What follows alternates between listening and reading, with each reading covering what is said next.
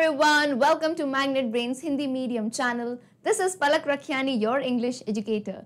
Dear class 9 students, आज के session में हम बात करेंगे क्लास 9 की बीहाइव बुक की पोएम विंड के मल्टीपल चॉइस क्वेश्चंस की। जैसे ही एमसीक्यू आता है, मेरे सभी स्टूडेंट्स को पता है कि ये वीडियो होगा एक मजेदार क्विज के फॉर्मेट में। यानी एक क्विज कैसे चलेगा, आसान सा जो है फॉर्मूला है, आपने चाहे मोबाइल से ज्वाइन किया हो, लैपटॉप, किसी भी डिवाइस से, आपको नीचे कमेंट सेक्शन दिखेगा। राइट, आपको सिंपली क्या करना है, उस कमेंट सेक्शन में जाके जैसे ही सवाल आता है सामने, उसमें आपको पता है मल्टीपल चॉइस है, यानी 4 ऑप्शंस मिलेंगे, 4 चॉइसेस। आपको जो भी लगता है करेक्ट आंसर है, फटाफट से फास्टेस्ट फिंगर फर्स्ट जैसे जो है आंसर आपको डाल देना है। एंड कुछ ही सेकंड में आपकी पलक मैम आपको आंसर बता देंगी। अगर आंसर सही होता है तो वेल एंड गुड, गलत होता है तो वहां पे आप उस आंसर को अच्छे से रिवाइज करेंगे। ठीक है, तो आइए let's begin with the class. ये लेसन, अच्छा बता दूं मैं, ये पोएम ऑलरेडी कंप्लीट हो चुकी है। आपको अगर मिस हो गई हो तो घबराने का नहीं, डिस्क्रिप्शन में आपको सभी वीडियोस की लिंक मिल जाएगी, पूरी प्लेलिस्ट की लिंक है। यानी होता है ना कभी कभार कोई लेसन अगर स्किप हो गया हो, सो डोंट वरी, आप वहां से जाके बिल्कुल फ्री ऑफ कॉस्ट देख सकते हैं वीडियोस को। अब क्यों मैं बोल रही हूँ देखने को, क्योंकि MCQs are those type of questions जो आपके क्वेश्चन, जो आपका लेसन है, जो आपकी पोएम है, उसके इन बिटवीन द लाइन्स से आता है। Now what is in between the lines? यानी पूरा आपने जो लेसन पढ़ा है, पूरी पोएम पढ़ी है, उसके बीच में कोई भी फैक्ट उठा के वो पूछ लेंगे। So for that you need to be very clear with the explanation. And मैंने लाइन टू लाइन इस पूरी कविता का एक्सप्लेनेशन आपको दिया है, और साथ ही साथ हमने लिटरेरी डिवाइसेस, जो पोएटिक डिवाइसेस यूज किए गए हैं, उन्हें भी डिस्कस किया है। So everything has been done, now it's high time that we move on to the comment section. ठीक है, अब कमेंट सेक्शन में क्या बताना है, सिर्फ आपको क्वेश्चन नंबर लिखना है, डैश लगाना है, ऑप्शन बताना है। तो पहला question, question number 1 on your screen says the destruction that the wind brought is compared to the dash. यानी जो विंड है, जो तेज हवा है, वो जो डिस्ट्रक्शन का मतलब पता है ना सबको, वो जो तबाही लाई है ना, वो जो तबाही लाई है, that brought is compared to, compared यानी उसकी तुलना किससे की गई है। देखो अभी तो मैं आपको यहाँ क्वेश्चन एक्सप्लेन कर रही हूँ, एग्जाम में कोई नहीं होगा, तो जितना समझना है सब अभी समझ जाओ। ऐसा नहीं कि एग्जाम में मैम हमको डिस्ट्रक्शन का मीनिंग नहीं आ रहा, कंपेयर का, you need to be very clear with the words, है ना। चलिए, तो उसकी तुलना किससे की गई है? A journey of life, B troubles and difficulties in life, C decisions are taken in life, और is it D none of the above. तो जितना देर मैं आराम से क्वेश्चन बोलती हूँ, आप लोगों ने क्या करना है, आप लोगों ने फटाफट आंसर दे देना है। तो सबको पता है विंड एक कैसी पोएम है, कैसी कविता है जो हमने पढ़ी है। Wind is a symbolic poem. Okay, hint दे रही हूँ इतनी बड़ी, पहले भी बता चुकी हूँ, विंड क्या है, एक सिंबॉलिक पोएम है। सिंबॉलिक यानी विंड एक किसी चीज का प्रतीक है, किसी चीज को दर्शाता है, कि जैसे तेज हवा से सब कुछ नष्ट हो जाता है, तो ये तेज हवा क्या है? तो ये तेज हवा बेसिकली इंसान के जीवन में जो कठिनाइयाँ होती हैं, परेशानियाँ, जो ऑब्स्टिकल्स आते हैं, उनकी बात की गई है, कि कैसे कुछ लोग जो है इन कठिनाइयों से बिल्कुल टूट जाते हैं और कुछ निखर के खड़े होते हैं। So what does the wind represent? Wind की तुलना किससे की गई है? Option B, troubles and difficulties in life. I very well hope सभी का आंसर यही रहा होगा। एंड अगर कुछ स्टूडेंट्स हैं जिनने दूसरा आंसर मार्क किया है, तो आपने याद रखना है कि भाई एग्जाम में हम गलती बिल्कुल नहीं करेंगे। ओके, चलिए, अच्छा अपना स्कोर भी कैलकुलेट करते चलना। आप आइदर आप अपनी नोटबुक में भी नोट डाउन कर सकते हो, लास्ट में हम स्कोर देखेंगे कितने मार्क्स आए किसके। चलिए, question number 2 on your screen says he won't do what you tell him, who is he. अब ये जो लाइन है, ये लाइन एग्जैक्ट आपकी पोएम से ली गई है, पोएम की लाइन है आपकी ये, तो आपने अच्छे से पढ़नी है पोएम। अब पूछा जा रहा है he won't do what you tell him, यानी तुम जो उसे कहोगे ना, वो तुम्हारे कहने के अनुसार नहीं करेगा। तो यहाँ पे वो ही जो है ना, ये ही कौन है? Is it A the speaker, B the almighty, C the wind god, और is it D none of the above. तो यहाँ पे ही कौन है? स्पीकर है, यानी हमारे जो कवि हैं वो है। ऑलमाइटी, ऑलमाइटी का मतलब होता है जिसे हम गॉड कहते हैं, है ना, जिनमें हम विश्वास रखते हैं। सी विंड गॉड यानी पवन देव, या D none of the above. तो इजी पीजी जैसे क्वेश्चंस हैं ये, अगर जिसने पोएम पढ़ी है उसके लिए बहुत इजी होगा। तो यहाँ पे कहते हैं कि जो विंड गॉड है, विंड गॉड यानी कौन? पवन देव, है ना, बोलते हैं ना हम पवन देव, अग्निदेव, सबके देव होते हैं। तो जो पवन देव होते हैं, तुम जैसा कहोगे ना वो वैसा नहीं चलेंगे। अरे आज बहुत तेज हवा चल रही है, तुमने पवन देव से कहा कि हवा धीरे चलाओ, तो ऐसा होने लगता है क्या? हाँ, कुछ बोलेंगे मैम, कभी कभी हो जाता है, वो तुक्का हो जाता है, ठीक है, तुम्हारे बोलने से कम नहीं होती है वो। तो बेसिकली यहाँ पे ये कहा गया है, ये जो लाइन है इसमें ही कौन है? The correct answer is option C, the wind god. And as we'll move on to further questions, मैं अपनी स्पीड बढ़ाती जाऊंगी, तो आपको भी साथ साथ में स्पीड इंक्रीज करनी है। चलिए अगला सवाल आपकी स्क्रीन के ऊपर ये रहा, question number 3, which says the speaker of the poem is suggesting the readers to dash. यानी इस कविता के जो कवि हैं, है ना, जो स्पीकर हैं, वो क्या कहते हैं? वो रीडर्स यानी जो आप पढ़ने वाले हो, जो इस कविता को पढ़ रहे हो, आपको क्या सजेशन का मतलब क्या होता है कि आपको क्या सलाह दे रहे हैं वो? Is it A take a break from busy life, कि आप अपनी व्यस्त जिंदगी से एक छोटा सा किटकैट ब्रेक ले लें, या B to love each other, एक दूसरे के साथ प्रेम से रहें, C to explore new places, यानी नई नई जगहों को खोजें। एक्सप्लोर का मतलब क्या होता है? खोजना, एक्सप्लोर करना। And last to build strong houses, यहाँ आप जो अपने घर हैं वो मजबूत बनाएं। तो क्या सजेस्ट कर रहे हैं बताओ? अच्छा, कोई सोचेगा ना तो बिना घर पढ़े, बिना पोएम पढ़े तो आपको ये आंसर नहीं आने वाला है, ठीक है। क्लियर आंसर क्या है इसका? Option D, to build strong houses. क्यों कहा ये? अरे क्योंकि तेज विंड, मुझे एक बात बताओ, जो घर सबसे वीक होगा, जैसे वो घर जो आप प्रॉपर जो है सीमेंट वगैरह के नहीं बने रहते हैं ना, और जो कच्चे घर जिन्हें हम कहते हैं लकड़ी से बने होते हैं, मजबूत नहीं होते हैं, तो वो घर कैसे होंगे? वीक होंगे। और जब आपने देखा होगा टीवी वगैरह पे भी, जब बहुत तेज आंधी तूफान आता है तो सबसे पहले कौन गिर जाते हैं? कमजोर घर, राइट। तो कवि जो है क्या सजेशन देते हैं? टू बिल्ड स्ट्रॉन्ग हाउसेस, कि आप अपने घर मजबूत बनाएं। Alright, okay. Question number 4 on your screen says based on this poem building strong houses will dash. Based on this poem यानी इस पर्टिकुलर कविता के अनुसार अगर हम अपने घर मजबूत बनाते हैं, जिसकी बात हमने पीछे की, तो उससे भाई होगा क्या? Is it A protect us from outer harsh environment, कि हमें जो है बाहर का हार्श, अच्छा यहाँ पे कुछ हर्ष नाम के बच्चे खुश हो जाते हैं भाई, एक तो हिंदी में नाम होता है हर्ष, ठीक है। अब यहाँ पे जो हार्श है ना, इंग्लिश का हार्श का मतलब होता है कठोर, ठीक है। बहुत बार देखा है मैंने, ये नाम आता है, हर्ष नाम के लड़के खुश हो जाते हैं, हर्ष इन्वायरमेंट। अरे हार्श है ये, हार्श का मतलब इंग्लिश में होता है कठोर, ठीक है। So protect us from harsh environment, यानी बाहर के कठोर वातावरण से बचाएगा हमें स्ट्रॉन्ग घर। या B protect us from destruction in adverse climate, यानी कभी भी जब मौसम एडवर्स यानी आप कह सकते हो खराब सा होने लगेगा, चेंज सा होने लगा, उससे बचाएगा। C make us rich and happy, यानी हम बहुत ही अमीर हो जाएंगे और खुश हो जाएंगे। या D both A and B. तो सोच समझ के जवाब दीजिएगा, ठीक है। वैसे तो सवाल इतने डिफिकल्ट नहीं है, मतलब तुम लोग 9th क्लास में आ गए हो, फिर भी ऐसा बहुत मत समझो कि syllabus out of the world है। इंग्लिश लिटरेचर है एंड बिल्कुल परफेक्ट है ये। सो करेक्ट आंसर क्या होगा? पहली चीज तो बेटा स्ट्रॉन्ग हाउस बनाओगे तो क्या होगा? आउटर हार्श एनवायरनमेंट, यानी बाहर अगर कठोर एनवायरनमेंट चल भी रहा होगा, जैसे तेज हवाएं, विंड चल रही होगी, आंधी तूफान, तो उससे बच जाएंगे, ठीक है। अब ये बात तो सही है, अब कुछ बच्चे क्या करेंगे, जल्दबाजी में पहला ऑप्शन टिक कराते हैं। Every time I say when you are attempting MCQ, जल्दबाजी नहीं करनी है। मुझे पता है तुमने सब पढ़ा है, तुम्हारा पूरा सिलेबस कंप्लीट है, और हो सकता है ऐसा सवाल आपने देखा भी हो, बट स्टिल अगेन जरूरी नहीं है पूरा वैसे ही सवाल छाप दें। मान लो ऑप्शन चेंज कर दिए, तो read all the options and then go to the answer. तो यहाँ देखो हमको पहला ऑप्शन सही मिल गया, लेकिन हम फिर भी आए दूसरे ऑप्शन पे। व्हाई? बिकॉज अरे ये भी तो सही है ना, protect us from destruction and adverse climate, यानी अगर मजबूत घर होगा तो बाहर का क्लाइमेट, बाहर का मौसम जो है कितना भी खराब हो फिर भी हम बच पाएंगे। तो ये बात भी सही है। रिच एंड हैप्पी, रिच और हैप्पी वाली बात तो यहाँ पे पोएम में कहीं की नहीं गई थी। हाँ ठीक है, मुझे पता है तुम्हारा घर स्ट्रांग होगा तो तुम बहुत खुश हो जाओगे, लेकिन यहाँ पोएम में कोई बात नहीं है ना। तो बेस्ड ऑन दी पोएम आपको हमेशा देखना है सवाल क्या कहता है, क्योंकि इंग्लिश में यूजुअली क्या कर देते हैं स्टूडेंट्स, लिटरेचर में अपने मन के हिसाब के आंसर दे देते हैं।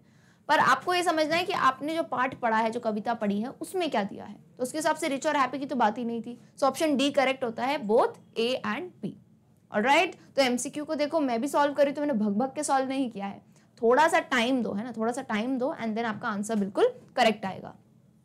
चलिए अगला सवाल आपके स्क्रीन के ऊपर ये रहा, question number 5 which says apart from building up strong houses how can people protect themselves. यानी अपार्ट फ्रॉम, अपार्ट का मतलब क्या होता है, अलावा, तो किसके अलावा, यानी स्ट्रॉन्ग हाउसेस, मजबूत घर बिल्ड करने के अलावा ऐसी कौन सी चीज है जो लोग कर सकते हैं खुद को प्रोटेक्ट करने के लिए, यानी खुद को बचाने के लिए। यानी एक तो फिजिकली आपका घर तो बचाएगा, दूसरा आप क्या कर सकते हो, A by purchasing wind cheaters, यानी आप विंड चीटर्स जो है उन्हें परचेज कर लो। B by being strong mentally, यानी आप दिमागी तौर से बड़े ही आपके जो है स्ट्रॉन्ग हो आप, राइट, आपका विल पावर स्ट्रॉन्ग है। सी बाय बीइंग स्ट्रॉन्ग फिजिकली, यानी आपकी बॉडी हेल्थ अच्छी है। या डी बोथ बी एंड सी। तो अब इसमें आपको सोचना है और करेक्ट आंसर बताना है। विंड चीटर्स, अब सबसे पहले तो आपने समझना है विंड चीटर कुछ भी नहीं है, बेसिकली एक टाइप का ये जैकेट होता है ना, जो कब पहना जाता है, ऐसे इलाकों में यूजुअली पहनते हैं जहाँ पे बहुत तेज हवाएं चलती हैं, है ना। तो ये मान सकते हो विंड रेजिस्टेंट जैकेट होता है। विंड रेजिस्टेंट यानी क्या, हवा से ये आपको बचाता है, ठीक है। तो कहा गया है कि आप कैसे बचा सकते हो खुद को, बाय परचेजिंग, परचेज करना मतलब होता है खरीदना।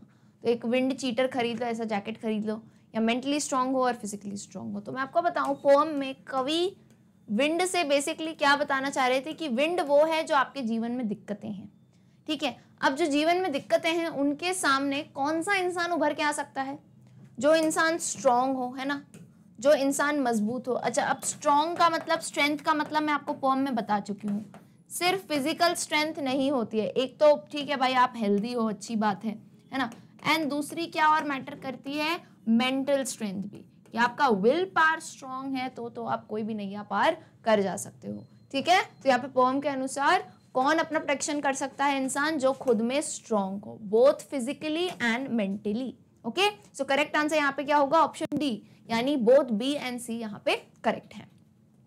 Alright, moving on to question number 6, which says, in this poem, according to the speaker, what all should we train to protect ourselves from the wind? A body, B mind, C heart, या D all of the above। यानी इस poem में speaker के यानी कवि के अनुसार ऐसी कौन सी चीजें हमें करनी चाहिए, किन किन चीजों को हमें ट्रेन करना चाहिए, right, to protect ourselves from the wind, कि हम विंड से बच सकें। अब विंड बेसिकली आपको पता है ना, यहाँ पे विंड सिर्फ हवा की बात नहीं हो रही है। जब भी हम विंड की बात कर रहे हैं, हम जीवन की प्रॉब्लम्स, जीवन की तकलीफों के बारे में बात कर रहे हैं। तो किस किस को ट्रेन करना है, मैम बॉडी को ट्रेन करना है। हाँ यार, हेल्दी बॉडी तो होनी चाहिए ना, जब शरीर ही अस्वस्थ हो तो क्या बोलते हैं ना, पहला सुख निरोगी काया, तो बॉडी तो होनी चाहिए। सेकेंड माइंड जरूर होना चाहिए। अब बॉडी फिट है लेकिन माइंड में नेगेटिव थॉट्स है, और बॉडी और माइंड का तो सीधा कोऑर्डिनेशन है ना, दोनों में से कुछ भी उल्टा चला तो एक दूसरे पे इफेक्ट पड़ता है, तो माइंड भी हेल्दी होनी चाहिए। हार्ट, दिल तो हेल्दी होना ही चाहिए, है ना, दिल है तो जान है भाई, तो बिल्कुल सही बात है। यानी तीनों ऑप्शंस अगर करेक्ट है, so we'll go for option D, that is all of the above. Okay, तो बहुत आसान से क्वेश्चंस हैं। आगे आते हैं क्वेश्चन नंबर 7 पे। I want every one of you to answer this, each one of you to answer this. देखती हूँ किस किस को सही आंसर आता है। Question number 7, What can help us to be friends with wind fearlessly? क्योंकि पूरी कविता का बेस यही था कि हम ऐसा क्या कर सकते हैं कि हम इस विंड के मतलब क्या होता है, जीवन में इन स्ट्रगल्स के, इन तकलीफों के जो हमें डराती हैं, उनका हम दोस्त कैसे बन जाएं फियरलेसली, यानी निडर होके, कि अब हमें उनसे डर नहीं लगेगा, है ना, कि जो तकलीफें आती हैं, परेशानी आती है, उनसे डर ना लगे। तो इनमें से क्या करना चाहिए? A, if we firm our bodies, अगर हम अपने शरीर को बिल्कुल जो है ना स्ट्रॉन्ग बना ले, फर्म का मतलब होता है strong. B, make our hearts steady, अपने दिलों को जो है स्टेडी बना ले। स्टेडी का मतलब क्या होता है, स्टेबल बना ले, यानी कोई भी परेशानी आए तो उसमें दिल ऊपर नीचे नहीं हो, अरे बाप रे ये क्या हो गया, ये क्यों हो गया, है ना, घबराना डरना नहीं। दिल जो है हमारा बिल्कुल ही एक नॉर्मल पेस पे रहे कि कोई भी दिक्कत आए। C, if we buy weapons, weapons का मतलब क्या होता है, हथियार, यानी अगर हम हथियार खरीद लें तो हम इन तकलीफों से दूर पा सकते हैं, यानी तकलीफें आए और बंदूक निकाले डिश क्या हो, है ना, ऐसा इनका कहना है, मैं नहीं कह रही, ठीक है। And option D, both A and B. तो बोलो मैम क्या यार, बच्चों से तो क्वेश्चन है, ऐसा लग रहा है इजी से है option D is the correct answer, both A and B. यानी अगर हम अपनी बॉडीज को जो है स्ट्रॉन्ग बना लें, हेल्दी रहें, और हमारे दिल यानी हमारा जो हार्ट है वो भी एक स्टेबल फेज में रहे, तब हम जो है विंड के दोस्त बन सकते हैं। कैसे? फियरलेसली। ऑलराइट, क्लियर है बिल्कुल? चलिए बहुत ही शानदार। आते हैं 8वें सवाल पे, question number 8, which says, he makes strong fires roar and flourish, who is he. अब यहाँ पे वही पूछ रहे हैं, ये हमारा ही कौन है? ये हमारा ही इज मिस्टर एक्स। कौन है ये मिस्टर एक्स? तो ये आपकी कविता की पोम की ही लाइन दी गई है। ही मेक्स, वो बनाता है strong fire, roar and flourish. Now what is the meaning of roar? Roar word मैंने कहा तो आपने लायन को देखा होगा ना रोर करते हो, देखा तो खैर किसी नहीं होगा पर सुना होगा, मतलब टीवी वगैरह में। बोलो मैम लायन को सामने से ही देख लेते पास से, तो आज हम नहीं होते ना, ठीक है। तो रोर का मतलब क्या होता है? किसी भी चीज को, जैसे रोने की आवाज होती है ना, तो उसको और बढ़ावा देना, राइट, और बढ़ जाती है। फ्लरिश करना यानी और फैलना। तो ऐसी कौन सी चीज है जो आग ऑलरेडी तेज होती है उसको और बढ़ाती है? जैसे आग में घी डालने का काम कौन करता है? Is it A the wind, B the rain, C the speaker, और is it D both A and B? So इस कविता में एक बात कही गई थी जो मुझे तो बहुत पसंद आई थी, कि विंड जो होती है ना, विंड, दो फायर की बात की गई थी, एक वीक फायर, एक स्ट्रॉन्ग फायर। एंड एमसीक्यू का मजा इसी में ही है कि हमारा पूरा लेसन, पूरी पोम वापस से रिवाइज हो जाती है ना। चलिए, वीक फायर क्या होती है? जब आपने देखा होगा कभी बॉन फायर में बैठे हो आप, है ना, बढ़िया जो है ना लकड़ी वकड़ी अपन जलाते हैं, तो जब शुरू में लकड़ी जलाते हो तब आप अगर हवा कर दो तो वो बुझ जाती है ना। लेकिन आप क्या करते हो? आप वेट करते हो कि फायर थोड़ी और स्ट्रांग हो जाए, और एक बार फायर स्ट्रांग होती है तब आप उस पर हवा करो तो ऐसा नहीं लगता, आग और लपकने लगती है और ऊपर आने लगती है। तो यहाँ पे यही कहा गया है कि he makes strong fires roar and flourish. तो ही कौन है यहाँ पे? The wind. Okay, option A is the correct answer. And let's move on to question number 9 which says the wind blows out dash. A. Conversations, B. Weak fire, C. Papers, or is it D. None of the above? Blows out का यहाँ पे मतलब होता है बुझा देना। Blows out का मतलब क्या होता है? बुझा देना। तो विंड जो है किस चीज को बुझा देती है? कॉन्वर्जेशन, कॉन्वर्जेशन का मतलब होता है वार्तालाप, बातचीत को, कमजोर फायर को, पेपर को, या नन ऑफ द अबव। तो पीछे ही डिस्कस हो चुका था कि विंड जो है किसको बुझा देती है? वीक फायर को। यानी अगर कमजोर आग लगी हो और हवा चलने लगे तो वो आग वहीं की वहीं बुझ जाती है। ओके, जैसे आपने कभी देखा होगा कैंडल जल रही है, माचिस जलती है, जैसी हवा आती है वो बुझ जाती है। क्यों? क्योंकि वो इतनी स्ट्रॉन्ग फायर नहीं है, वो बहुत ही वीक फायर होती है। So option B is the correct answer. अगला सवाल है question number 10 which says if a fire is burning strongly the wind will dash. यानी अगर आग कोई जो है बहुत ही तेज तरीके से जल रही है, बहुत ही स्ट्रॉन्ग फायर है, तो उसका विंड क्या करेगी? A. Blow it off, B. Make it fiercer, C. Both A and B, और is it D. None of the above. Blow it off का मतलब होता है या तो वो उसे बुझा देगी, है ना, बुझा देना।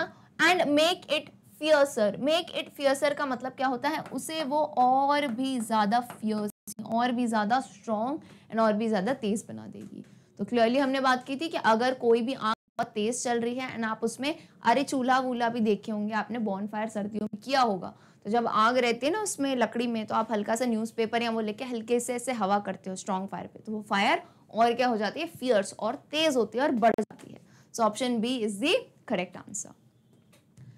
Great, moving on to question number 11। फटाफट से जो है इसका आंसर बताओ और जो है स्टार मार्क लगा लो। मतलब इसका आंसर तो नींद से उठाए ना मैम तो भी याद होना चाहिए। क्या है क्वेश्चन? हु रोट विंड, यानी ये कविता के लेखक, कवि कौन है? और कंफ्यूजन नहीं आना चाहिए, चैप्टर पोम पढ़ाते टाइम मैंने बताया था। इज इट ए के रामानुजन, बी सुब्रमण्य भारती, सी अमृता प्रीतम, और इज इट डी सुगाथा कुमारी? दिमाग लगाना है, दो नाम में कंफ्यूज नहीं होना है। क्लियरली पलक मैम बता चुकी हैं कि इस पर्टिकुलर कविता के कवि कौन है। Okay, so I very well hope सबने करेक्ट आंसर दिया है। चलिए, correct answer is option B Subramania Bharati. And वो जनता जो कहती है मैम ए क्यों नहीं होगा आंसर, तो मैंने आपको क्लियरली बताया था कि आपसे अगर एग्जाम में आता है हु रोट विंड, या ऐसे कुछ भी पूछ सकते हैं कि हु इज द पोएट, है ना, या the poem wind is written by, कैसा भी सवाल हो, अगर कवि के बारे में पूछा है तो निसंदेह आप किसका नाम देंगे? Subramanya Bharati. And if any case, ध्यान से सुनना, एंड इफ एनी केस आपसे पूछा जाए कि ये पोएम मुझे बताओ भाई साहब ट्रांसलेट किसने की है, यानी इसका अनुवाद अंग्रेजी में किसने किया है, तब जाके आप नाम किसका लेंगे, A.K. रामानुजन का। Only then you will take his name, otherwise original poet कौन है, सुब्रमण्यम भारती। इसमें कंफ्यूजन आना ही नहीं चाहिए। इन्होंने लिखी थी कविता तमिल में, ट्रांसलेट किया था A.K. रामानुजन ने इंग्लिश में, लेकिन एक्चुअल में कवि तो यही हुए ना। ठीक है, क्लियर है, बिल्कुल डाउट नहीं रखना है इसमें। ठीक है, तभी मैंने स्टार मार्क बनाए हैं कि इस बात को अपन याद रखेंगे। चलिए फटाफट से आते हैं क्वेश्चन नंबर 12 पे, which says the speaker is asking the wind to come dash, A vigorously, B hastily, C scornfully और is it D softly। यानी जो स्पीकर है, जो हमारे कवि हैं, he is asking the wind to come, वो क्या बोल रहे हैं विंड को कि तुम किस तरह से आओ, vigorously, hastily, scornfully या softly। तो ये मैं आपको याद दिला दूं, ये पोएम की फर्स्ट लाइन थी। हाँ जी, कविता की पहली ही लाइन में कवि ने कहा है, क्या कहा है, विंड। ठीक है, ऐसा लिखा है विंड, एंड देन कॉमा लगा के लिखा है कम डैश, कम सॉफ्टली। याद आया कि नहीं, क्योंकि वो कहते हैं विंड तुम इतनी तबाही मचाती हो, तो कृपया करके अब सॉफ्टली। सॉफ्टली का मतलब क्या होता है, धीरे धीरे आओ, इतनी तबाही मत मचाओ, मेरे घर के पेपर्स, मेरे घर की खिड़कियों के शटर, ये सब मत तोड़ो। ठीक है, तो अब यहाँ पे सॉफ्टली ये रहा ऑप्शन डी। एंड ये तीनों ऑप्शन में बता दूं ना, इन तीनों का मतलब होता है तेज आना, यानी विगरसली, बहुत ही जोरदार तरीके से, हैस्टिली, स्कॉर्नफुली। तो सबसे करेक्ट आंसर क्या है, option D, that is softly. Okay, next question, question number 13 on your screen. The speaker doesn't want the wind to break the dash. Speaker क्या चाहता है कि विंड क्या नहीं तोड़े, A doors and windows, B shutters of the windows, C shutters of the doors, D none of the above। मैं आपको बता दूं ये सारे ऑप्शन बहुत ही नियर बाय हैं। For this you need to be very clear with the stanza, जो आपका, अच्छा मैं हिंट भी दे रही हूँ भाई, मतलब समझ रहे हो, इतनी ज्यादा हिंट दे रही हूँ मैं आपको MCQ में। What is the hint, hint is कि ये बात कही गई है फर्स्ट स्टैंजा में। पोएम को इतनी बार मेरे साथ पढ़ लो कि याद हो जाए पलक मैम कौन से स्टैंजा की बात कहाँ कर रही हैं, जैसे मुझे याद है। तो speaker doesn't want the wind to break the dash, exact line दी गई है, वो एग्जैक्ट लाइन के ऊपर सवाल है। और ऐसे अगर आप, बस मैं कह रही हूँ ना, अच्छे से पोएम की लाइनें पढ़ लो ना, MCQ में आराम से मार्क्स मिलते हैं। मैं कहती हूँ MCQ is the most scoring one, आराम से आप इसमें मार्क्स बटोर सकते हो। ठीक है, करेक्ट आंसर क्या है,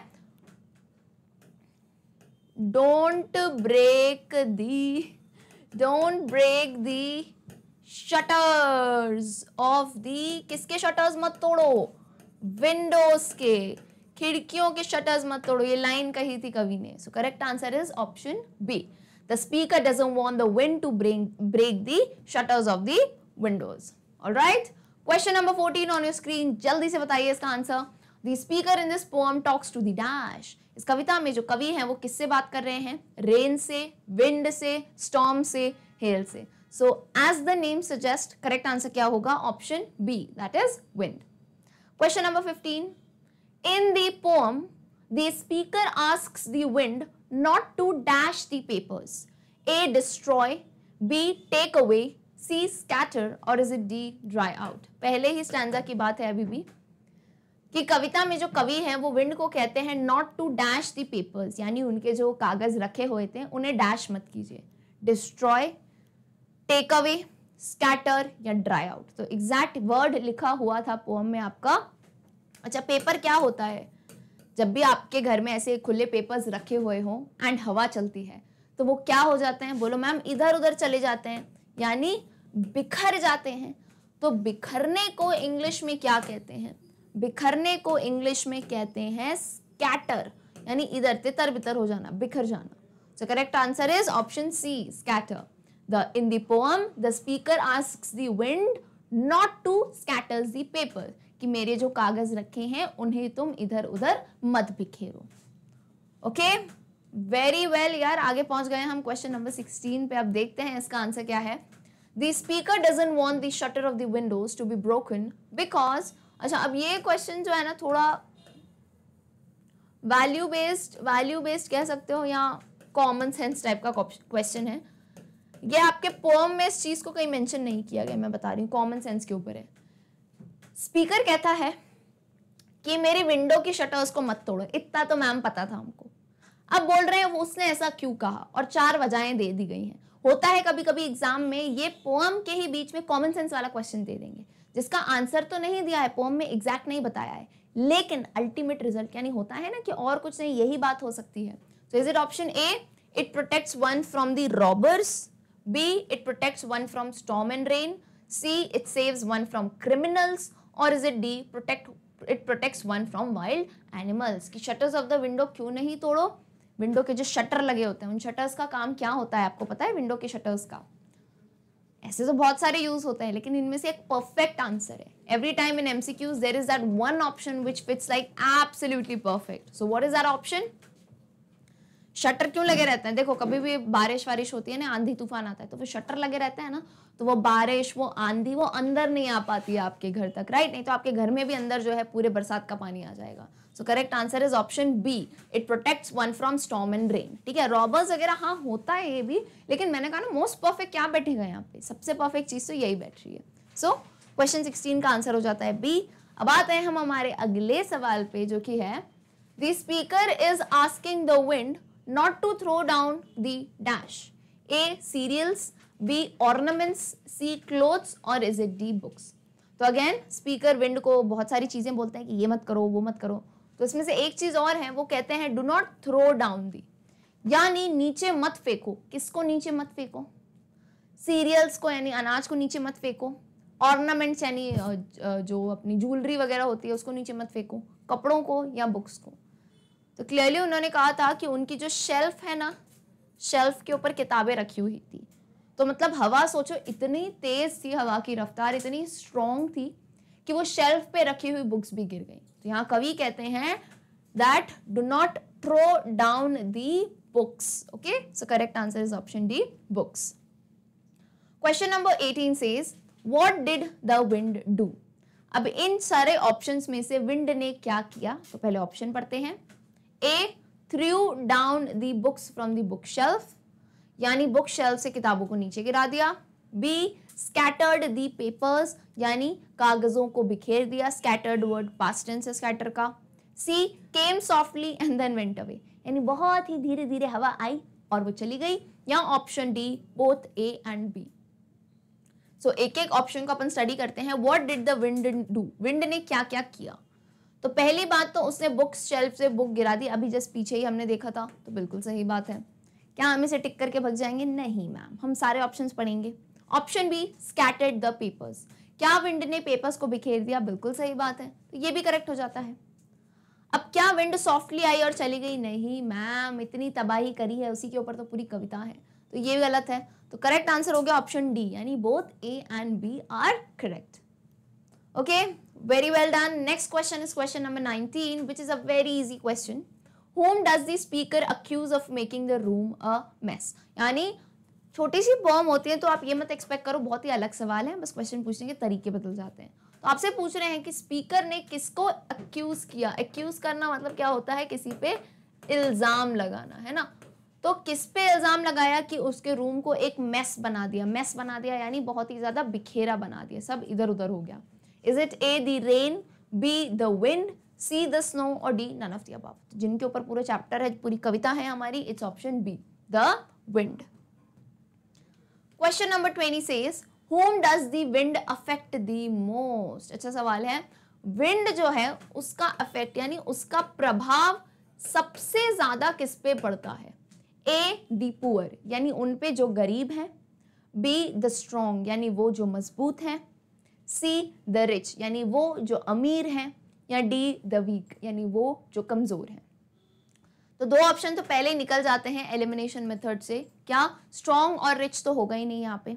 अब किसी को अगर डाउट आता है मैम पुअर क्योंकि उनके घर जो है कच्चे होते हैं, तो फिर से मैं आपको याद दिला दूं, कविता में विंड किसका प्रतीक है? प्रॉब्लम्स का है। तो तुम कच्चे घर वाली बात तो सिर्फ एक तरीका है बताने का, वो एक्चुअल में ये कहना चाह रहे हैं जीवन में जो वीक है।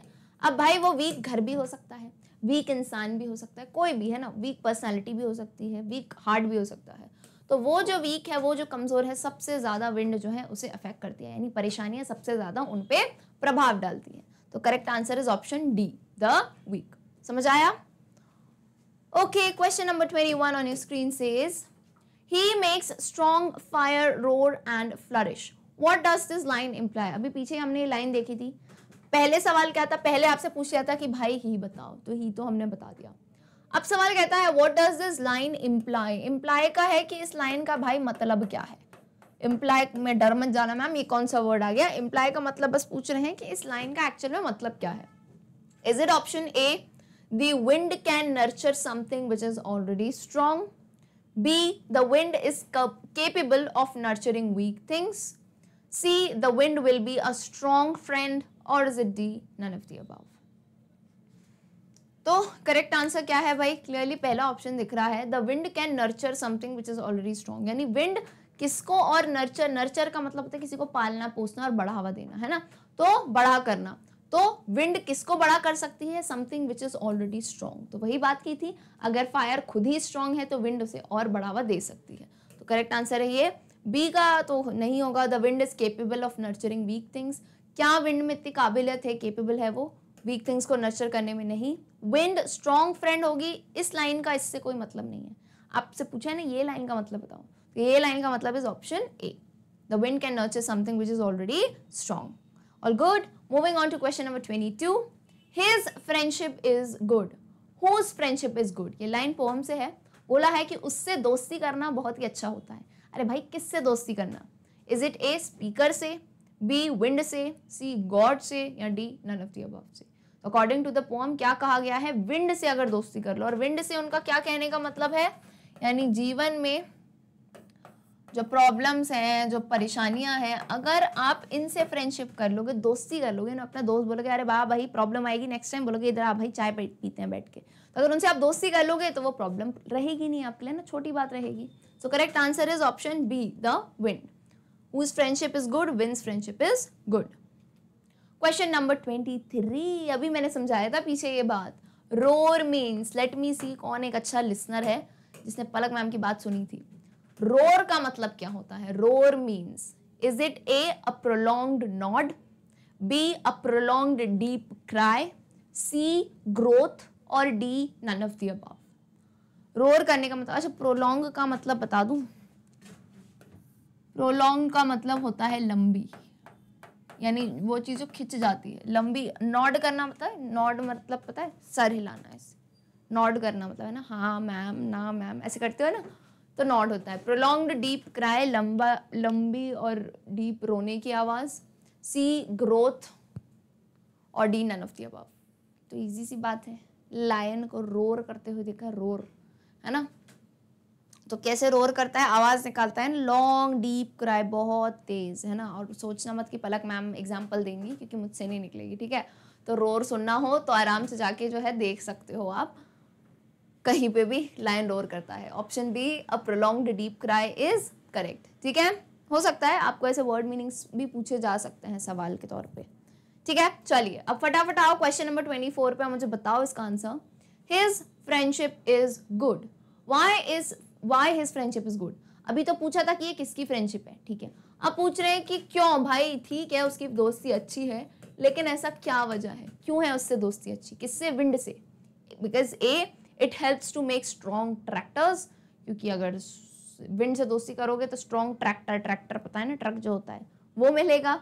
B, it helps us to get away with mischiefs, यानी ये हमें मदद करता है अगर तुम उससे दोस्ती कर लोगे। मिसचीफ का मतलब क्या होता है? कोई भी खुराफाती काम जो करना होता है उसमें आप जो है बच जाते हो।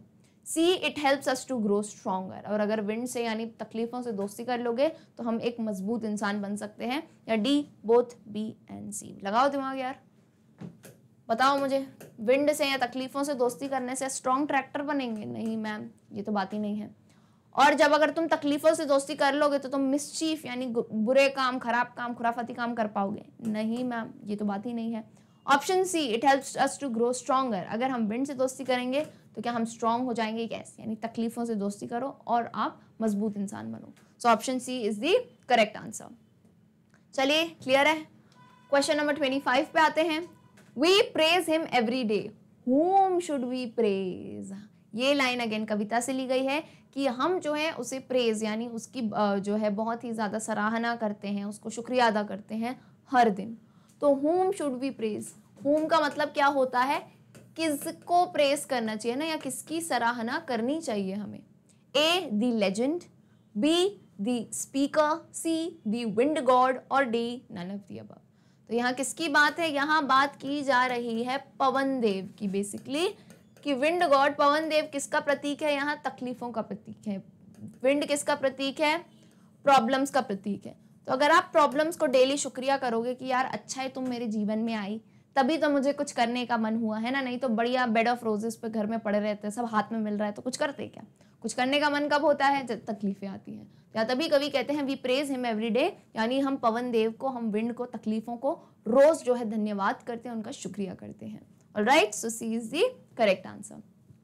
Question number 26 is Which figure of speech has been used in this poem? Star mark लगाऊंगी, अब आया है ना मजेदार सवाल।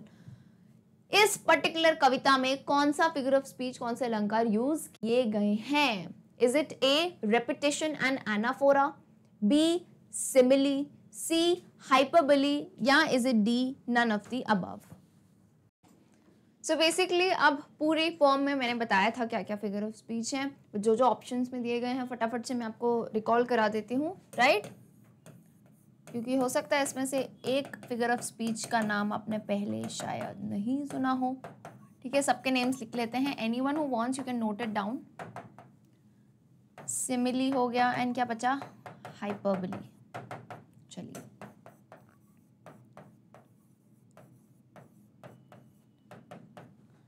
ओके, सो रेपिटेशन तो वर्ड से ही क्लियर हो जाता है, समझ आ जाता है। रेपिटेशन क्या होता है? When with in a line, एक ही लाइन के अंदर या एक ही पैरा आप मान सको, उसके अंदर जब वर्ड्स रिपीट हो, that is repetition.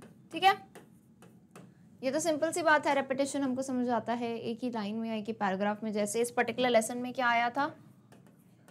Frail crumbling houses, फिर कॉमा लगा के उसी लाइन के अंदर था crumbling doors, crumbling lives, crumbling hearts, यानी बार बार एक कौन सा वर्ड रिपीट हो रहा था?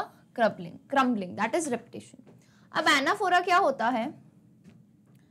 जो फर्स्ट वर्ड होता है ना, फर्स्ट वर्ड ऑफ 2 और मोर लाइन्स इज सेम। ठीक है, इसका सबसे परफेक्ट एक्सप्लेनेशन यही है कि 2 या 2 से ज़्यादा जो लाइंस होती है ना कॉन्जिक्यूटिव, उनका अगर पहला शब्द सेम है, जैसे बता रही हूँ एग्जांपल, यहाँ देखो, डोंट ब्रेक दी शटर्स, है ना, दी शटर्स ऑफ विंडोज। ठीक है, डैश डैश डैश डैश। फिर अगली लाइन फिर से इसी से शुरू होती है, डोंट स्कैटर दी पेपर। फिर बोलते हैं don't do this do that. तो यहाँ पे आप देख रहे हो, यहाँ पे लाइंस खत्म हो रही हैं और हर लाइन का पहला वर्ड क्या है? डोंट है। तो ये क्या रिप्रेजेंट करता है? एनाफोरा। फिर आता है सिमिली। सिमिली का पता है सबको सीन क्या होता है? Simile is basically comparison. जब हम एक चीज की तुलना दूसरी चीज से करते हैं, किन शब्दों का इस्तेमाल करके? लाइक या एज। जैसे for example, she is as beautiful as a peacock, या फिर she is as beautiful as a rose. तो मैं उसको किससे कंपेयर कर रही हूँ? लड़की को एक गुलाब के फूल से, राइट? तो वो हो जाता है सिमिली। एंड लास्ट आता है हाइपरबोली। अब हाइपरबोली में क्या होता है ना, हाइपरबोली इज बेसिकली एग्जैजरेशन। अच्छा, एग्जैजरेशन वर्ड का मतलब होता है बड़ा चढ़ाना किसी चीज को, बड़ा चढ़ाना, है ना, बड़ा और चढ़ा के बोलना, बड़ा चढ़ा के बोलना। जैसे फॉर एग्जाम्पल, मैंने कोई प्रैक्टिस करी है आज, है ना, मैंने एक डांस की प्रैक्टिस करी और मैं बहुत थक गई थी। मैं इतना बताना चाह रही हूँ कि मैं कितना थकी हूँ। पता है कैसे बताया मैंने इस बात को? मैंने कहा I slept for almost a week after that practice. यानी उस प्रैक्टिस के बाद मैं अराउंड 1 हफ्ता सोई हूँ। समझ रहे हो तुम? अब बोलो प्रैक्टिकली तो पॉसिबल नहीं है ना, 1 हफ्ता कोई सो रहा है पूरे, है ना, 7 दिन। लेकिन I slept for almost a week से मैं तुम्हें क्या बताना चाह रही हूँ कि भाई समझो मैं कितना ज्यादा थक चुकी थी, पर मैं इस बात को क्या कह रही हूँ, बढ़ा चढ़ा के कह रही हूँ, एग्जैजुरेट कर रही हूँ, so that is hyperbole. Okay, clear है? देखो जो जो फिगर ऑफ स्पीच आते जाते हैं आप उन्हें एक मैं कहती हूँ अलग एरिया में नोट करते जाओ, बिकॉज क्लास 9th ऑनवर्ड्स जो है ये लिटरेरी डिवाइसेस काफी इंपॉर्टेंट हो जाते हैं, इनके ऊपर सवाल पूछे जाते हैं टिल 12th स्टैंडर्ड तक, तो आपको अच्छे से याद रखना है। क्लियर है? तो इस पर्टिकुलर लेसन में क्या क्या यूज किया गया था भाई, रेपिटेशन भी था, मैंने अभी आपको बताया, इसी लेसन इसी पोम की लाइन है, frail crumbling houses, crumbling doors, crumbling hearts, and anaphora भी यूज किया गया था क्योंकि ये भी इसी लेसन की लाइन है, don't break the shutters of the windows, don't scatter the papers, है ना, ये सारी चीजें वो कह रहे थे। तो रिपीटेशन एनाफोरा यूज किया गया है, यानी करेक्ट आंसर हो जाता है ऑप्शन ए। क्लियर है बिल्कुल? चलिए, wonderful. Moving on to question number 27 which says in the beginning the speaker asks the wind to come softly because, अब शुरुआत में याद करिए पहली ही लाइन में जो हमारे कवि हैं वो विंड को कहते हैं कि प्लीज, है ना, कृपया करके जरा धीरे धीरे आओ। तो उन्होंने ऐसा क्यों कहा? ए, he doesn't want to get wet in the rain, क्योंकि वो बारिश में भीगना नहीं चाहते थे। B, he doesn't want to overestimate his strength, वो ये नहीं चाहते थे कि जो विंड है अपनी ताकत और ज़्यादा ज़ोर से, ओवर एस्टिमेट यानी क्या होता है, अगर विंड तेज़ आएगी तो वो कितना ज़्यादा नुकसान करेगी। C, he is nervous and anxious, क्योंकि वो बहुत नर्वस हो गए हैं, वो बहुत ही घबरा से गए हैं। या डी, बोथ बी एंड सी। तो जाहिर सी बात है अगर उन्होंने कहा विंड कम सॉफ्टली, धीरे आओ, यानी क्या, वो ये घबरा रहे हैं कि अगर विंड जो है, किस चीज़ को वो टालना चाह रहे हैं कि विंड की जो स्ट्रेंथ है अगर वो बढ़ गई तो वो कितना ज़्यादा नुकसान कर सकती है, यानी कितना ज़्यादा डिस्ट्रक्शन कर सकती है। सो करेक्ट आंसर क्या होगा? Option B, he doesn't want to overestimate his strength. Next is question number 8, the speaker's request to the wind shows his dash attitude. अब ये अच्छा सवाल है, ये भी आपके कॉमन सेंस पे सवाल है कि स्पीकर बार बार विंड से जो कह रहे हैं कि प्लीज ये मत करो, वो मत करो, ये मत करो, वो मत करो, तो ये बात स्पीकर का किस तरह का एटीट्यूड है? ए, कॉन्फिडेंट, यानी बहुत ही ज्यादा वो कॉन्फिडेंट थे, इस तरह का एटीट्यूड है। बी, ग्रेटफुल एटीट्यूड, यानी आभारी थे वो। सी, फियरलेस एटीट्यूड, यानी निडर थे। या डी, कॉशियस एटीट्यूड, कॉशियस यानी वो थोड़ा सावधान रहना चाह रहे थे। तो अब मुझे बात बताओ, यहाँ पे पूरी जगह जब वो कह रहे हैं विंड को please don't do this, don't do that, धीरे आओ, यानी आप किसी को क्यों कहते हो, जैसे मान लो आपकी एक फ्रेंड गाड़ी चलाना सीख रही, तो आप उसको क्या कहते हो, अरे यहाँ पे हाथ मत रख, अरे इतना तेज रेस मत दे, अरे धीरे चलाना। तो ये आप क्यों कहते हो? क्योंकि आप उसको सावधान रखना चाहते हो ना, कॉशियस। आपको पता है अगर उसने कुछ भी उल्टा काम किया तो कितना ज्यादा नुकसान होगा, है ना, वो गिर सकता है या गिर सकती है। सो यहाँ पे क्लियरली स्पीकर विंड से क्यों रिक्वेस्ट करते हैं कि तुम धीरे आओ, ये सब नुकसान मत करो, because he is very cautious. Cautious यानी वो सावधान रहना चाहते हैं, राइट? तो कैसा एटीट्यूड हुआ ये? Cautious attitude. क्लियर है?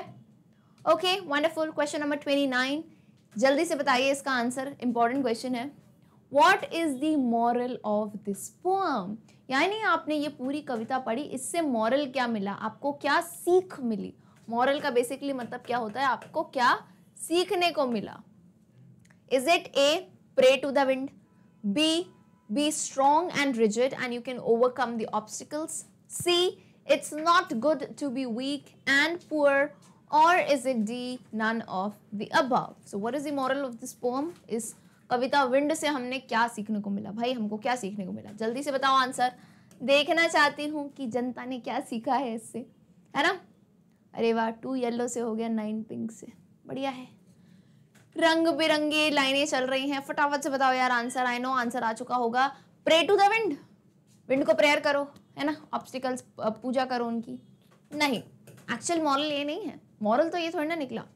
Be strong and rigid and you can overcome the obstacles, ये बात थोड़ी अच्छी सी लग रही है, यानी आप स्ट्रॉन्ग हो जाओ, रिजिड हो जाओ, मजबूत हो जाओ, है ना। और अगर आप मजबूत हो गए इरादों से भी और फिजिकली भी, तो आप ओवरकम कर सकते हो ऑब्स्टिकल्स को, यानी इन परेशानियों से आप ऊपर निकल के उभर के आ सकते हो। ये परेशानियां जीवन की आपका कुछ भी नहीं बिगाड़ सकती। अरे यही तो है ना मॉरल ऑफ द पोएम, कि विंड से क्या बताना चाह रहे हैं कि अगर आप स्ट्रांग रहोगे, जैसे कोई भी हवा जो है स्ट्रॉन्ग फायर को बढ़ावा देती है, उसे गिराती नहीं है, वैसे ही अगर आप एक स्ट्रॉन्ग इंसान बन जाओगे तो ये आपके जीवन में विंड रूपी जो तकलीफ़ें हैं वो आपका कुछ भी नहीं बिगाड़ सकेंगी, आप उनसे आगे बढ़ सकते हैं। ठीक है। और सी क्या है, it's not good to be weak and poor. हाँ ये है, but this is not the actual moral. Actual moral सीख ये देना चाह रहे हैं, ये बात गलत नहीं है कि हाँ it's not good to be weak and poor, लेकिन पूरी कहानी में ये नहीं बताया गया है।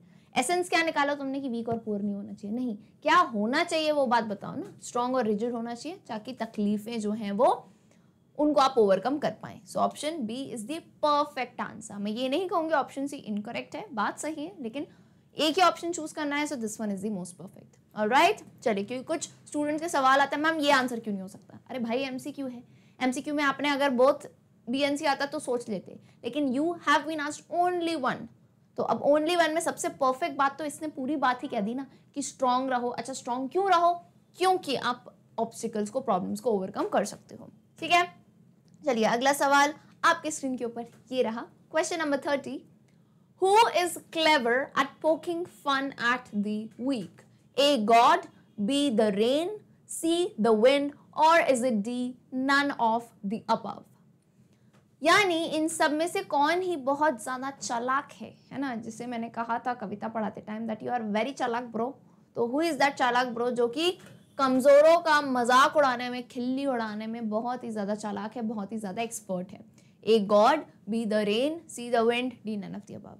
सबको पता है मैम किसकी बात चल रही है, विंड की बात चल रही है। तो विंड जैसे कह ले सबसे पहले कमजोर लोगों को गिरा देता है, और अगर आप किसी को गिरा देते हो, किसी का हौसला तोड़ देते हो, तो बेसिकली आप उसकी खिल्ली उड़ा रहे हो ना कि देखो यार तुम तो है ना मुझसे जो है डर गए, तुम मुझसे जो है बिल्कुल तबाह हो गए। So who is clever at poking fun at the weak? The wind.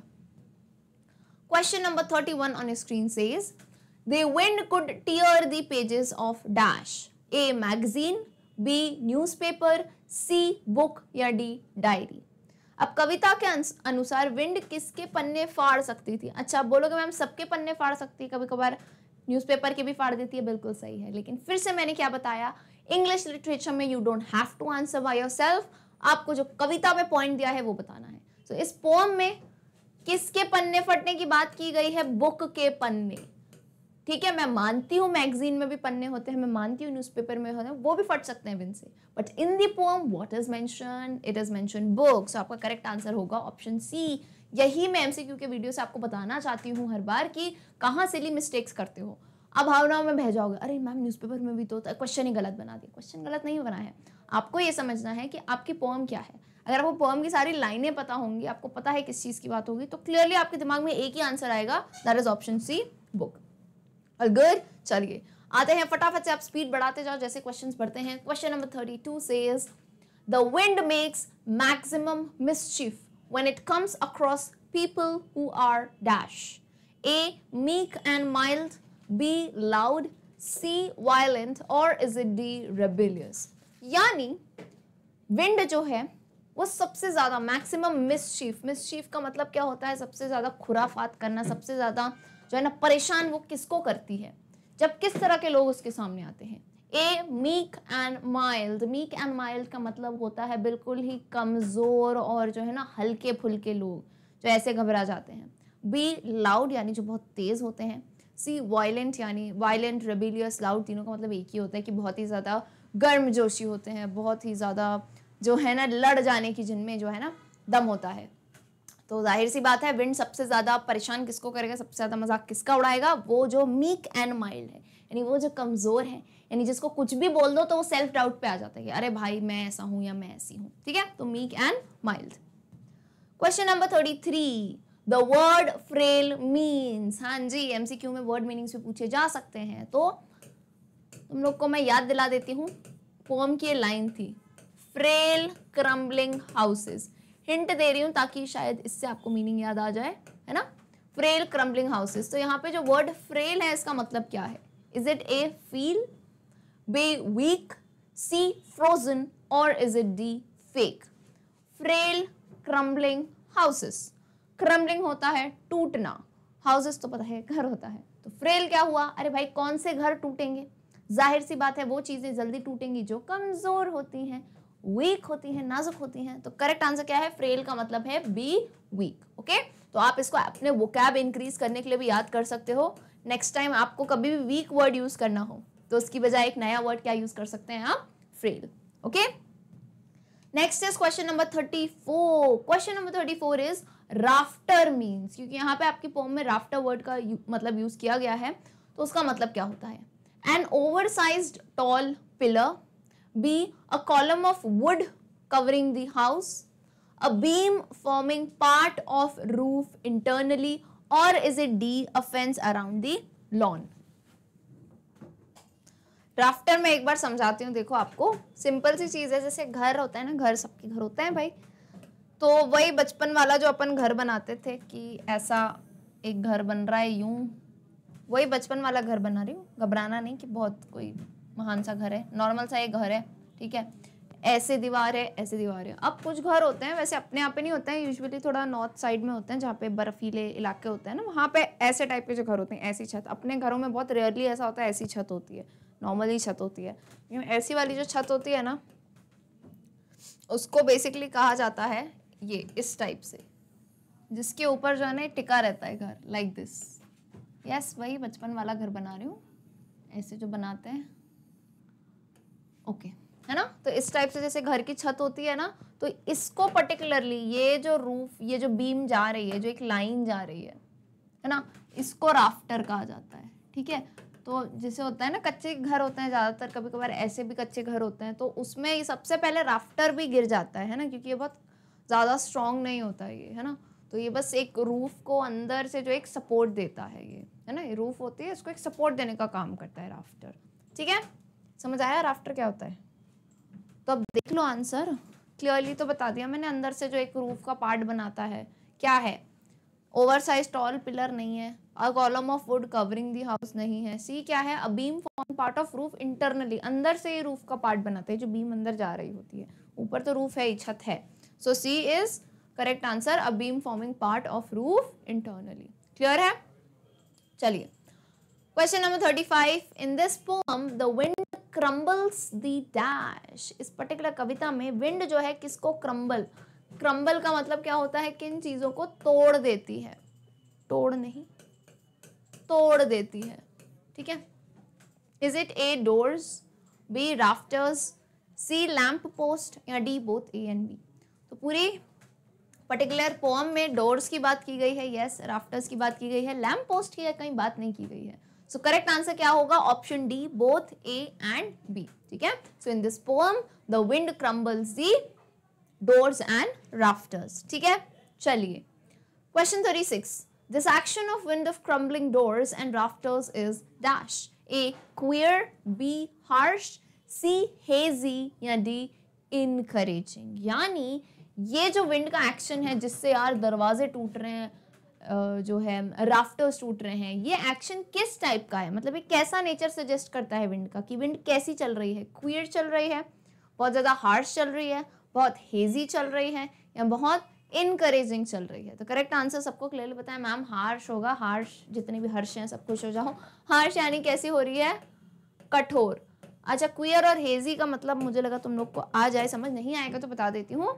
Encouraging तो बोलो मैम कहीं से नहीं होगा, इनकरेजिंग यानी बहुत ही ज़्यादा उत्साह देने वाली नहीं, तबाही मचा रही है।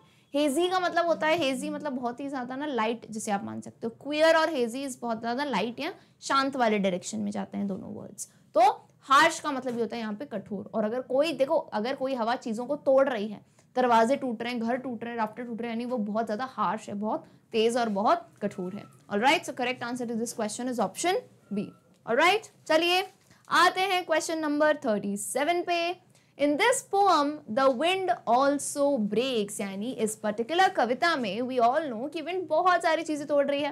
तो अब इनमें से और क्या क्या चीजें हैं? Is it A lives and hearts, B countries, C glasses, या D none of the above. तो विंड और क्या तोड़ रही है? नहीं, कंट्री नहीं तोड़ रही, ग्लासेस भी नहीं तोड़ रही, लेकिन लोगों की जिंदगियां और लोगों के जो है दिल तोड़ रही है। बोलो मैम हमारा दिल तो ऑलरेडी टूटा है। नहीं, जस्ट किडिंग, चलो, है ना।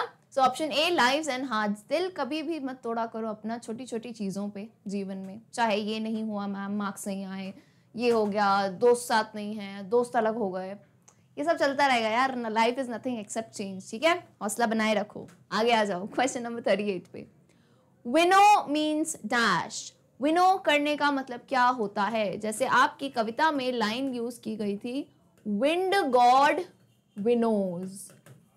अब विनोज ऑलरेडी मैंने एनसीईआरटी सॉल्यूशंस में भी और पोएम के टाइम में समझाया है। क्या होता है विनो का मतलब? A to push someone, B to remove something by air, C to dissolve a liquid by air, और D none of the above. अच्छा, विनो वर्ड का मतलब मैं बता देती हूँ कि यूजुअली क्या होता है ना, जो ग्रेन्स होती है ना, जो दालें वगैरह होती हैं, गेहूं वगैरह होते हैं, तो उसमें जो कचरा, जो शाफ्ट होता है उसका जो निकालना होता है, डस्ट, तो उसके लिए विनोइंग प्रोसेस होता है। वो क्या होता है, विनो एक बास्केट होती है और उसको लेके ऐसे ऐसे ऐसे गेहूं को बहुत जोर से जो है ना ऊपर नीचे हवा में करते हैं ताकि उसका जो है छिलके बाहर आ जाते हैं। तो what is the process of winnowing, कि किसी चीज को इतनी जोर से फटकना हवा में, राइट? सो करेक्ट आंसर क्या है? टू पुश समवन नहीं, to remove something by air, बिल्कुल सही बात है, किसी भी चीज को हवा से निकालना, तो उसको अब हम फटकना भी कहते हैं, राइट? तो यहाँ पे विंड गॉड विनो का मतलब क्या है? विंड गॉड ने सब कुछ तबाह कर दिया, सब कुछ फटक दिया अपनी हवा से। तो जैसे आप गेहूं वगैरह को करते हो ना ऐसे विनोइंग, वैसे ही विनो का मतलब क्या है? To remove something by air. Alright, चलिए क्वेश्चन नंबर 39 ऑन स्क्रीन। मैं उम्मीद करती हूँ सबके आंसर आते जा रहे हैं, क्योंकि एंड में अपने को स्कोर भी कैलकुलेट करना है, जो कि पलक मैम खुद देखेंगी, चेक करूंगी मैं कमेंट सेक्शन में किसका कितना स्कोर आया है। इन the poem whether destruction by wind will happen or not is decided by dash. A, the speaker, B, the wind, C, the wind god, or is it D, none of the above. यानी कविता के अनुसार weather destruction यानी जो विनाश है वो wind के द्वारा होगा या नहीं होगा, कितने उसमें होगा, है ना, कितना विनाश कर पाएगी विंड, ये कौन निर्णय लेता है? कवि निर्णय लेते हैं, विंड खुद यानी पवन खुद निर्णय लेती है, या पवन देव निर्णय लेते हैं? तो ऑब्वियसली बात है भाई, हायर पोजीशन किसकी है यहाँ पे? पवन देव की, विंड गॉड की, जो कि जो चाहते हैं वो कर सकते हैं, जिस तरह से चाहे वो विंड को चला सकते हैं। तो correct answer is option C, the wind god. I hope इसमें कंफ्यूजन नहीं है कि मैम विंड क्यों नहीं होगा, पवन देव की बात ऑलरेडी की गई है लेसन में।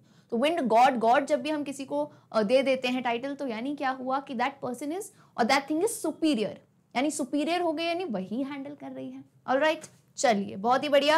आते हैं क्वेश्चन नंबर 40 पे, which says in addition to messing up the speaker's house, the wind has also brought A, rain with it, B, hail with it, C, snow with it, or is it D, both A and C?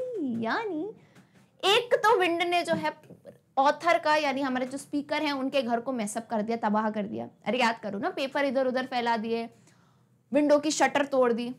उसके साथ साथ wind एक चीज और क्या लेके आई, जो कि आपकी पोएम के पहले ही स्टैंजा में दी गई है। हाँ जी, कविता के I think as far as I remember, yes, first stanza में ही दी गई है। वो क्या लेके आया है? रेन, हेल, स्नो, या बोथ ए एंड सी। तो क्लियरली बताया है कि विंड तुम क्या लेके आई हो, और तुम बरसात भी, क्योंकि जब तेज हवाएं चलती हैं, आंधी चलती है, तो उसके साथ बरसात भी वो यानी वर्षा भी ले आती है। So option A, rain with it, is the correct answer.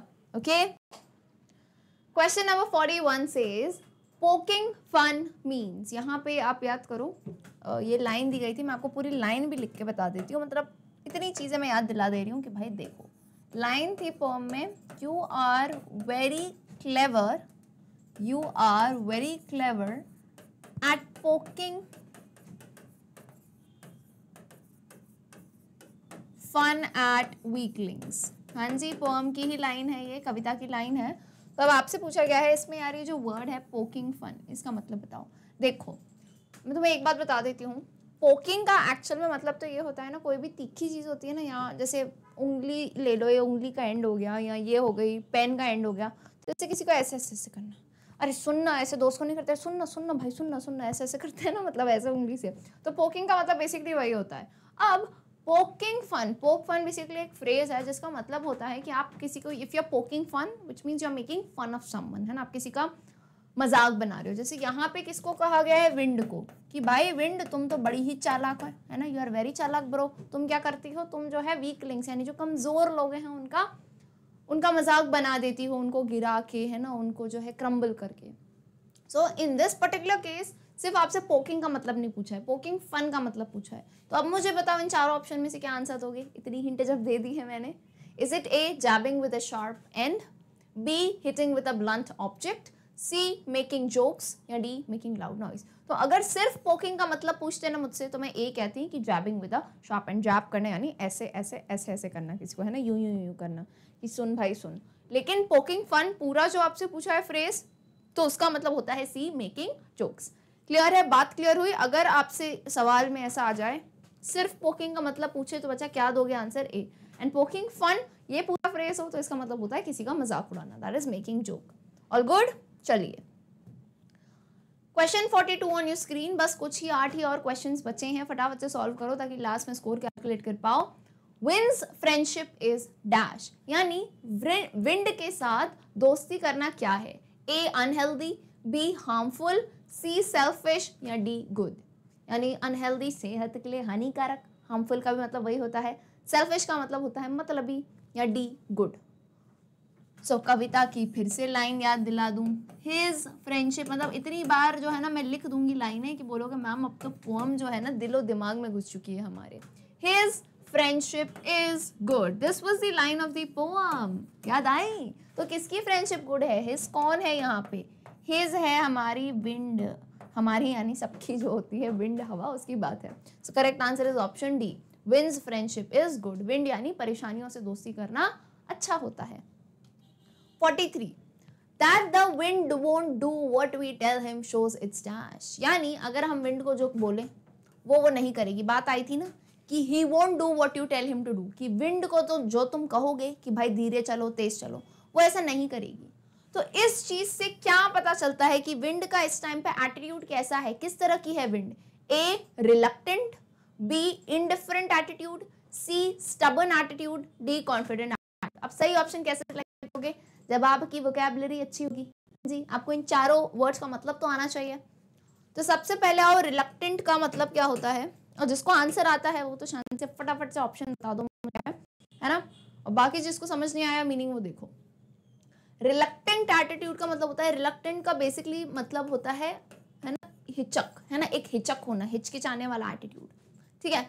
Indifferent के काफी सारे मतलब होते हैं, इंडिफरेंट के काफी सारे मतलब होते हैं, कहीं पे इसका मतलब होता है निष्पक्ष होता है, कहीं पे होता है अलग थलग, और कहीं पे एक होता है उदासीन, ठीक है। तो इन दिस केस हम उदासीन वर्ड को ले लेते हैं, यानी थोड़ा सैड सा होना, अलग थलग रहना, इंडिफरेंट एटीट्यूड। स्टबर्न, स्टबर्न का मतलब होता है कोई जो नहीं होता हटीला, बिल्कुल दृढ़, कि भाई तू जो भी बोल ले मैं नहीं बदलूंगा, मैं तो अपने मन की ही करूंगा। So that is stubborn. Stubborn यानी हटीला अपन कह सकते हैं ना, हटीले टाइप का एटीट्यूड, यानी दृढ़, बिल्कुल ही मैं झुकेगा नहीं टाइप का एटीट्यूड होता है स्टबर्न एटीट्यूड, ठीक है। फिर लास्ट क्या है? कॉन्फिडेंट, तो सब समझते ही हैं, कॉन्फिडेंट होना यानी बहुत ही ज्यादा जज्बा होना अपने अंदर ही, राइट। सो अब मुझे बताओ विंड ने क्या कहा कि तुम जो बोलोगे वो मैं नहीं करूंगी, ठीक है, मैं नहीं करूंगी। सो इस एटीट्यूड से क्या पता चलता है कि विंड क्या है? बहुत ही हटीली है भाई, बहुत दृढ़ है, स्टबर्न है ना कि मैं नहीं करूंगी कोई काम। So C stubborn attitude is the perfect answer. हिचक नहीं है, उदासी नहीं है, कॉन्फिडेंट नहीं है, क्या है ये? स्टबर्न एटीट्यूड है। Question number 44, choose the word from the poem that defines prosper. ये भी क्वेश्चंस होते हैं जो एमसीक्यूज में पूछ लिए जाते हैं कि आपकी पोएम में एक वर्ड यूज किया गया है जिसका मतलब होता है प्रॉस्पर, तो आपको बताना है इन चारों वर्ड्स में से वो क्या है। यानी सिंपल सी बात आपसे पूछ रहे हैं, सिनोनिम पूछ रहे हैं, है ना, सिनोनिम यानी पर्यायवाची। प्रॉस्पर का मतलब और क्या है पोएम में? ए स्टेडफास्ट, बी फ्लरिश, सी टम्बलिंग, या डी स्कैटर? प्रॉस्पर का मतलब पता है क्या? प्रॉस्पर का मतलब होता है किसी को बढ़ावा देना, है ना, किसी को बढ़ाना। जैसे मैं कहती हूँ ना, अरे मैं क्या कहती हूँ, बहुत सारे कोई भी अपने फेस्टिवल होते हैं अपन विशेस नहीं देते हैं, may prosperity come at your home, may you prosper a lot, है ना, may this festival of Diwali brings you a lot of prosperity. Prosperity का मतलब क्या होता है कि बढ़ावा मिलना, आप जिस भी हो आइदर इन मनी और खुशियों में, सब में आपको बढ़ावा मिले, है ना, बढ़ाना। So number one word is steadfast. Now what is the meaning of steadfast? Steadfast का मतलब होता है basically स्थिर, something which is stable that is meant to be steadfast. So यानी स्थिर होता है इसका मतलब, ठीक है, स्थिर या स्ट्रॉन्ग कह सकते हो। फ्लरिश का मतलब होता है जैसे फ्लरिश करना, फ्लरिश करना मतलब क्या होता है? किसी चीज को बढ़ाना। क्रम्बल का मतलब तो बता चुकी हूं मैं क्या होता है, क्रम्बलिंग, हाउसेज यानी टूटना, और स्कैटर का मतलब तो सबको पता ही है, स्कैटर पेपर इतना देखा था पीछे यानी बिखरना। तो यार अब तो बता दो देख के क्या होगा correct meaning. Prosper means to बढ़ाना, तो प्रॉस्पर का करेक्ट वर्ड क्या दिख रहा है यहाँ पे, फ्लरिश, है ना। तो फ्लरिश का मतलब होता है बढ़ाना। आजा आंसर आ गया। ऑलराइट, चलिए तो देखो यहाँ पे आप ऑप्शन में जब वर्ड पढ़ते हो, पलक मैम मीनिंग बताती है, ऐसे भी आपकी जो है ना इंग्लिश के वर्ड्स आपकी डिक्शनरी में और बढ़ते जाएंगे, है ना। आपकी डिक्शनरी यानी जितने दिमाग में आपके वर्ड्स हैं। चलिए क्वेश्चन नंबर 45 पे आओ। There, look what you did, you threw them all down, what does all signify. यहाँ पे बोलते हैं, कविता की लाइन है, there look what you did. You किसके लिए कहा है, विंड के लिए, कि अरे देखो हवा तुमने क्या कर दिया, you threw them all down, तुमने उन सबको नीचे गिरा दिया। अरे किन सबको, यहाँ पे पूछा है ऑल किसके लिए कहा गया है, ए हाउसेस, बी ट्रीज, सी शटर या डी बुक्स। तो सबको नीचे गिरा दिया वाली बात कहाँ करी गई थी, देखो भाई देखो, शायद इससे कुछ याद आ जाए, पलक मैडम की हिंट से शायद कुछ याद आ जाए। ये क्या रखी हुई है ना, थोड़ा डायग्राम जैसा भी चल जाए, है ना। मैथ्स लिखा है यहाँ पे, इंग्लिश लिखा है यहाँ पे, है ना, बुक लिखा है यहाँ पे। तो ये सब क्या है, ये बुक शेल्फ में बुक्स रखी हुई हैं, और इतनी तेज आंधी तूफान आई कि बुक शेल्फ से ही किताबें नीचे गिर गई। तो तभी वहां पे कवि कहते हैं, there look what you did, you threw them all down, देखो विंड तुमने क्या किया, तुमने सारी किताबों को नीचे गिरा दिया। So option D books is the perfect answer. Question 46, the word scatter means, scatter word का मतलब क्या होता है, ए थ्रोन आउट, बी डिस्पर्स, सी ब्रोकन या डी टॉर्न। तो पोएम में स्कैटर यूज किया गया था, स्कैटर्स दी पेपर्स। तो पेपर्स का स्कैटर होना मतलब क्या होता है, जो कागज ऐसे खुले रखे होते हैं हवा के झोंके से वो स्कैटर हो जाते हैं, यानी बिखर जाते हैं। तो बिखरने को और हम क्या कह सकते हैं, डिस्पर्स हो जाना, है ना। डिस्पर्स का मतलब क्या होता है, एक पन्ना इधर तो एक पन्ना इधर, सब जो है डिस्पर्स हो जाते हैं। So option B disperse is the correct answer. Thrown out तो देखो बच्चा, थ्रोन आउट का मतलब होता है बाहर निकाल देना, किसी चीज को थ्रो आउट कर देना। ब्रोकन का मतलब होता है टूटना। टॉर्न डाउन का भी मतलब होता है जैसे फट जाना। तो स्कैटर का मतलब फटना नहीं है या बाहर फेंकना नहीं है, बस बिखर जाना है, यानी जिस जगह था वहां से वो बिखर गया।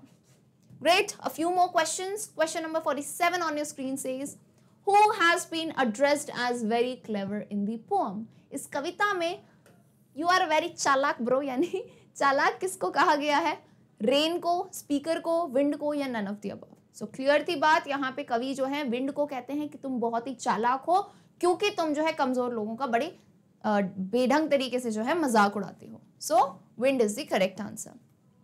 Question 48 says, the speaker suggests that even if we grow strong, we should still dash the wind. A, play with, B, look at, C, praise या D, both B and A।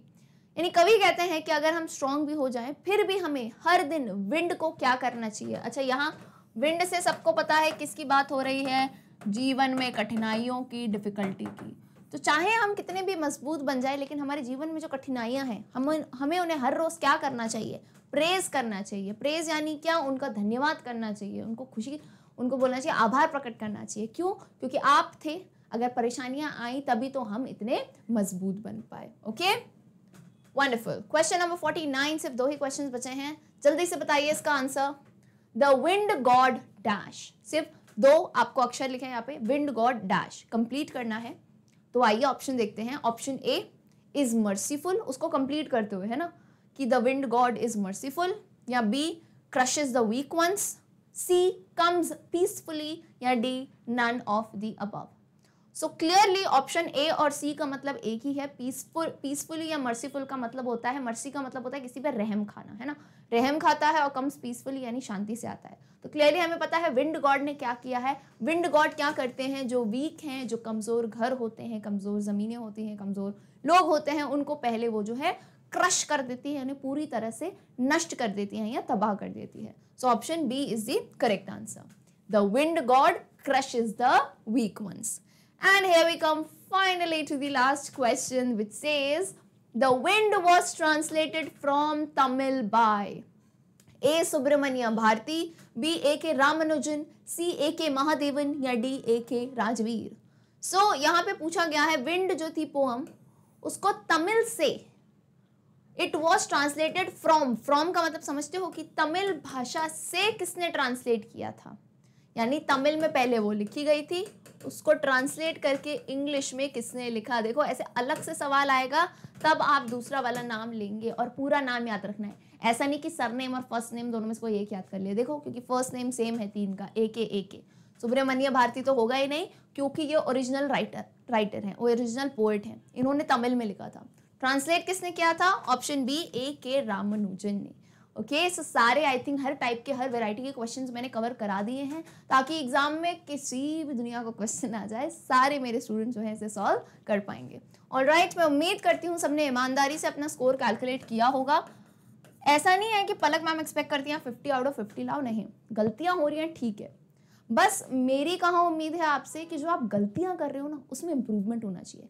कि एग्जाम टाइम में आज मान लो आपके 5 question गलत हैं तो अगर वो 5 में से कोई भी क्वेश्चन आता है आप तब गलत नहीं करोगे, तब आपके दिमाग में घंटी बजेगी कि पलक मैम ने कहा था ये क्वेश्चन का आंसर क्या है, उसे लर्न करना है। So what ever is the score आप जो है बिल्कुल ऑनेस्टली बता दो।